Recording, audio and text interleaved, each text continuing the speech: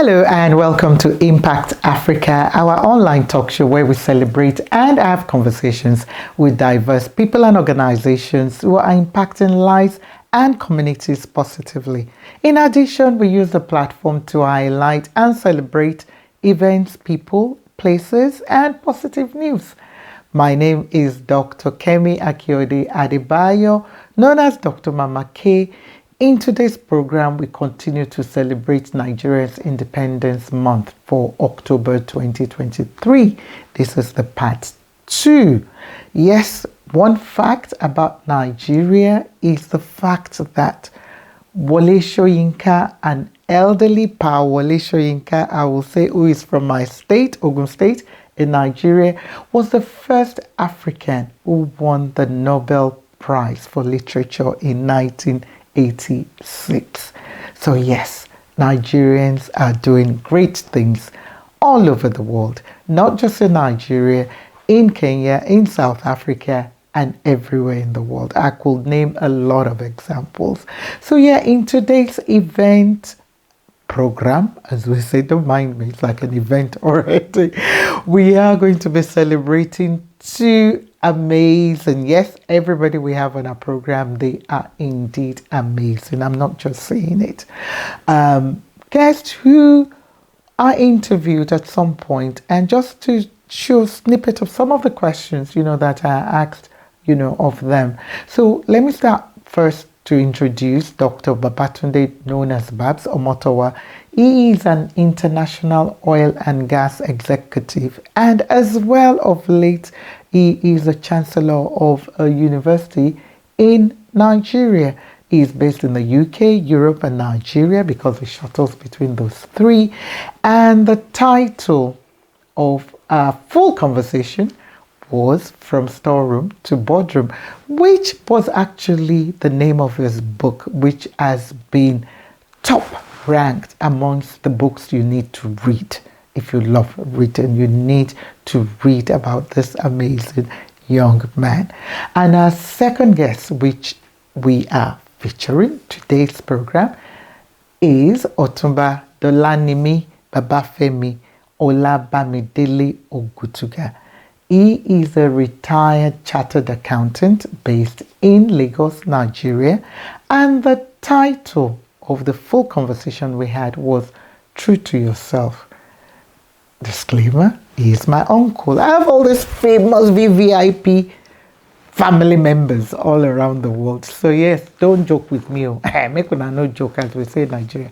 Make una no joke with me at all.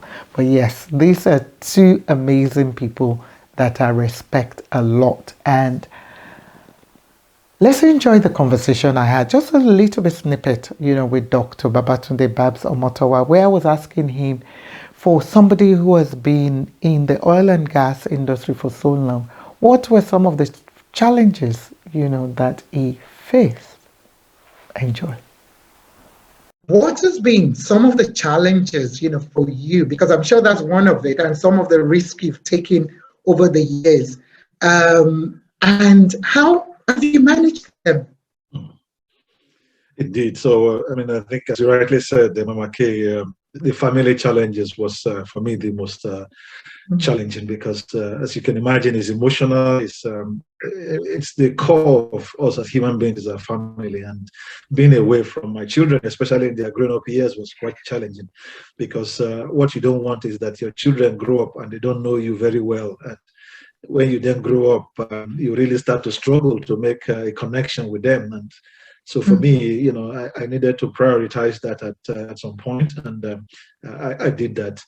But of course, there were other challenges even at work as well, because you have to take risks in a number of things, and one of them was I think while I was the vice president for Shell in Sub-Saharan Africa, I was looking after many areas. One of which was logistics. We had our helicopter operations was one of them. We take helicopters to our locations, and this could be offshore or onshore.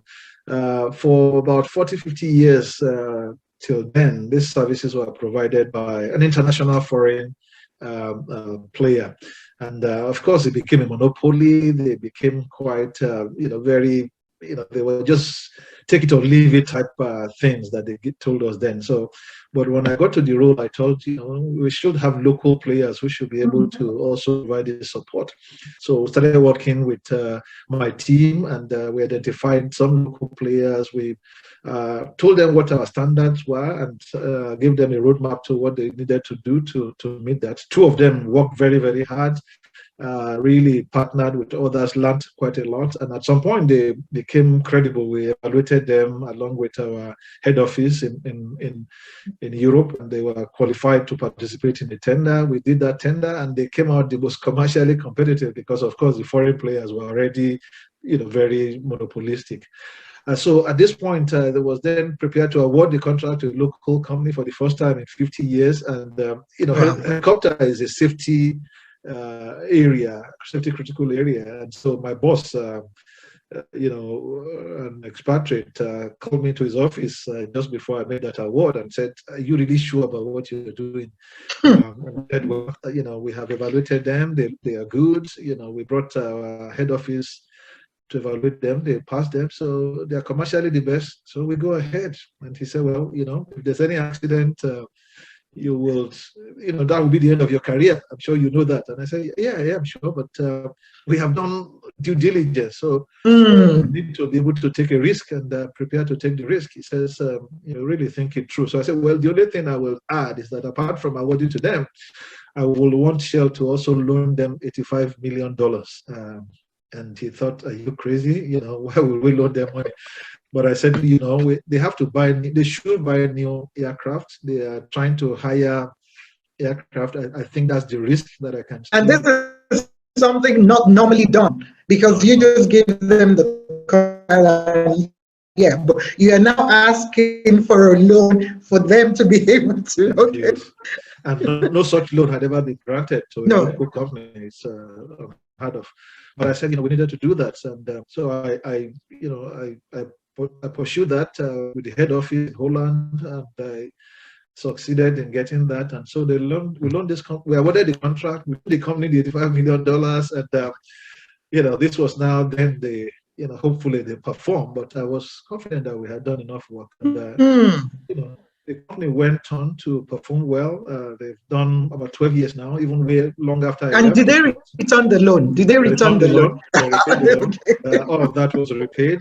It was an interest-free loan, so that was also part of it. So they repaid all of it, and they grew to become even not just a supplier of helicopters to Shell, but to other international companies, and even started to supply helicopters outside Nigeria. And today they have a maintenance capacity for the whole of West Africa. So they've really grown, and I'm happy we were able to grow a local company in a very challenging area. But indeed, it was a risk that we had to take at that time. But I think when you take calculated risk and you have evaluated, you have done due diligence, then you need to, if you see any area of risk, then you need to see how you manage it, which was what I did with $85 million loan. But you need to be courageous. Otherwise, if you are not courageous, then you make no difference. And if you cannot make a difference, then, you won't.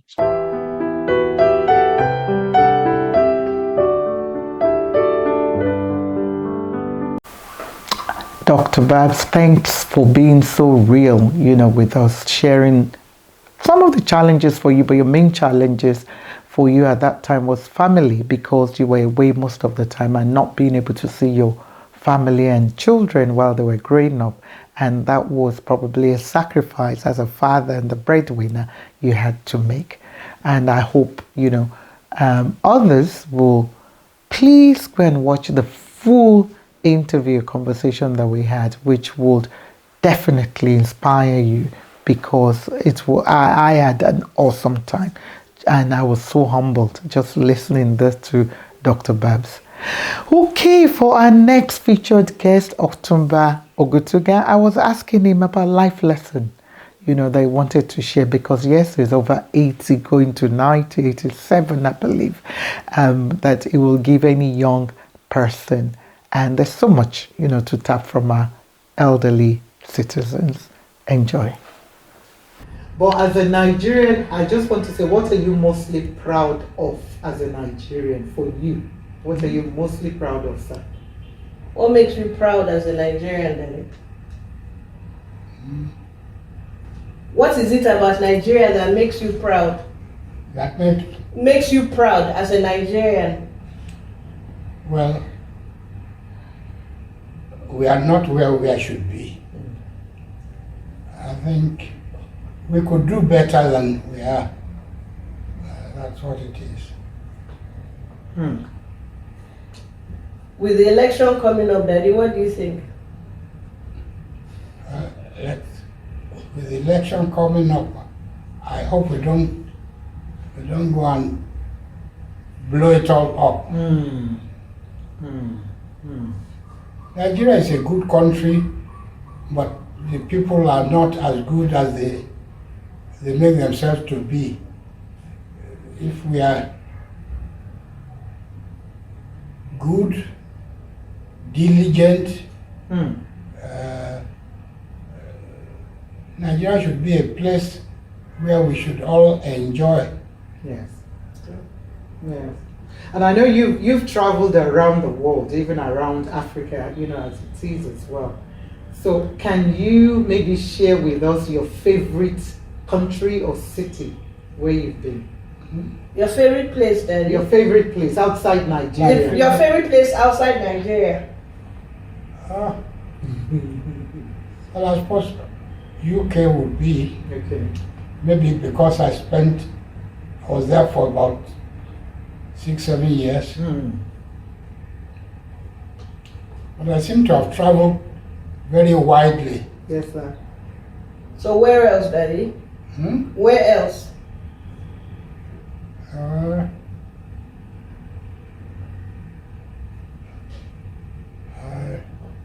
I know you did Hong Kong with Mommy. I've been in Japan. Okay. I've been in Hong Kong. Okay. I haven't been in New Zealand and Australia. I think everybody seems to somehow forget or avoid down on Hong Kong, Japan. Wow. Okay. So you've experienced other cultures, obviously, which I know you've brought, to Nigeria as a country. Let me now go to this, Daddy. What is your definition of success? What does success mean to you? For you personally, what would you say success mean? What's that? What does success mean to you, Daddy? Success? Yes, define it. How will you say it for you? Well, thank God for His mercy, that's all.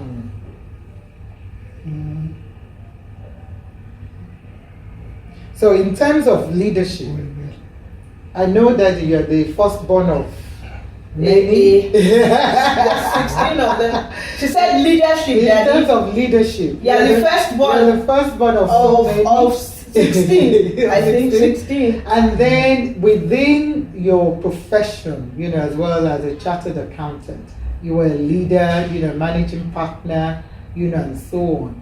What do you think that are some of the qualities that a leader needs to have? What are some of the qualities a leader needs to have, Daddy? What? What are some of the qualities a leader needs to have? What kind of qualities should a leader have? Well, a leader must be able to stand up for his people.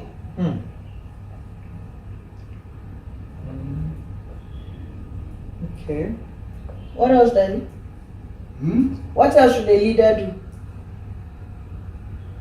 Well, a equality leader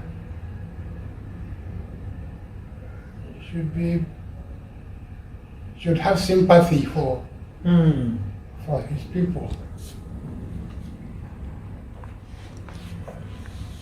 Yeah. So stand up for his people, have sympathy for his people, and obviously that your faith as well. You spoke about when I said definition of success. It was more about, your faith and the mercy, of God that you feel maybe makes you a success. Yes.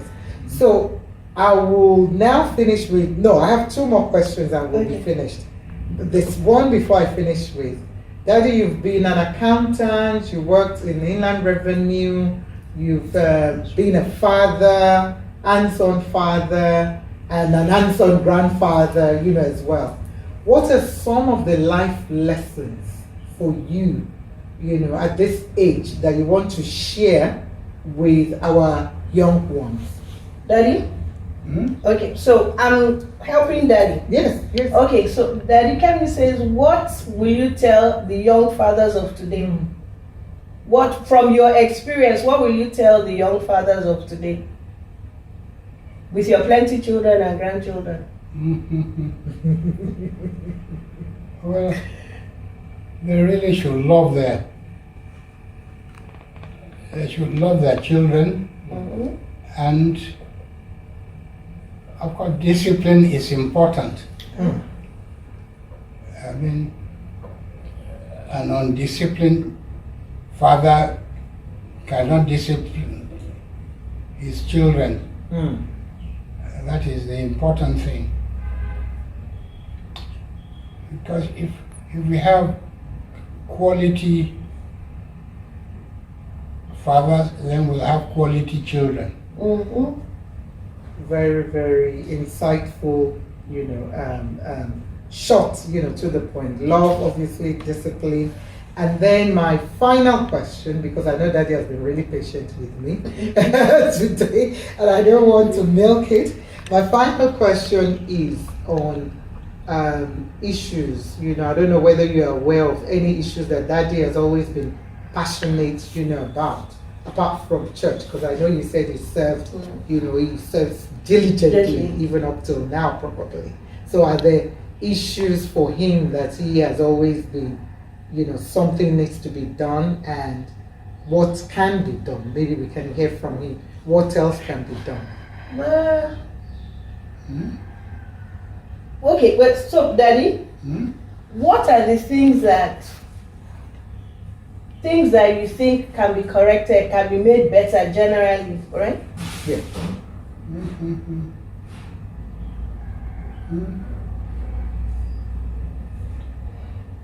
I don't know.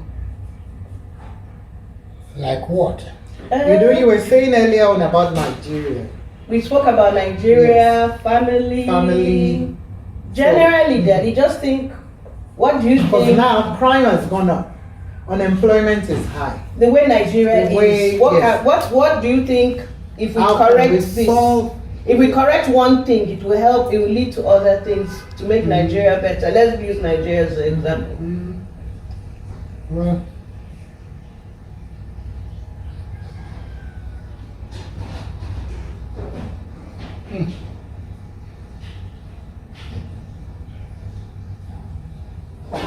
Nigeria is a big country, but all the same, if only we can do what is good for us. That's what Right. If people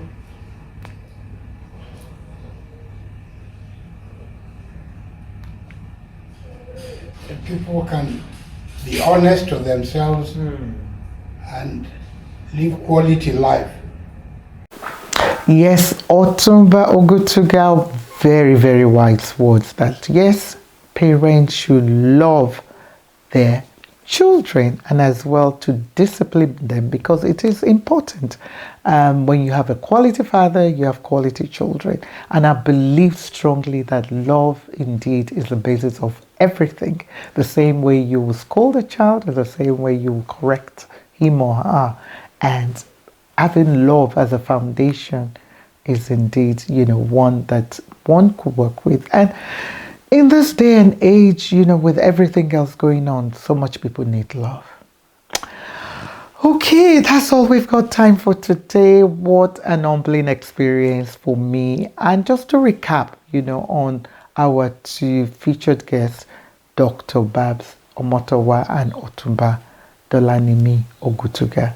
So much to learn, like I said, from them. You need to go and watch the full version of the recording on our Bold Moves Africa on YouTube, Facebook, and other social media. Okay, that's all we've got time for today, and I hope you've been blessed and you've been inspired, and that we've impacted one life at a time, as we always try and do. Okay, my challenge for you for this October Independence Month for Nigeria. Let me see. Okay, the last time I told you to look for a friend or find somebody, find an information. Okay, this one, let me push you a little bit more. Jollof rice. I know you've heard about jollof rice. Okay, Ghana's jollof rice, Senegal's jollof rice, Guinea, all those, they're counterfeits. Don't come and kill me. I'm in my house, as we say in Nigeria. Yes, Nigerian jollof rice is. So go and find out more about jollof rice and try and cook a little bit just for yourself. If you don't get it right, don't worry. I'll cook it for you and I'll bring it to you. That's okay. That's all we've got time for. Till next time, this is me, Dr. Mama K, saying stay safe, stay blessed, love you all. God bless.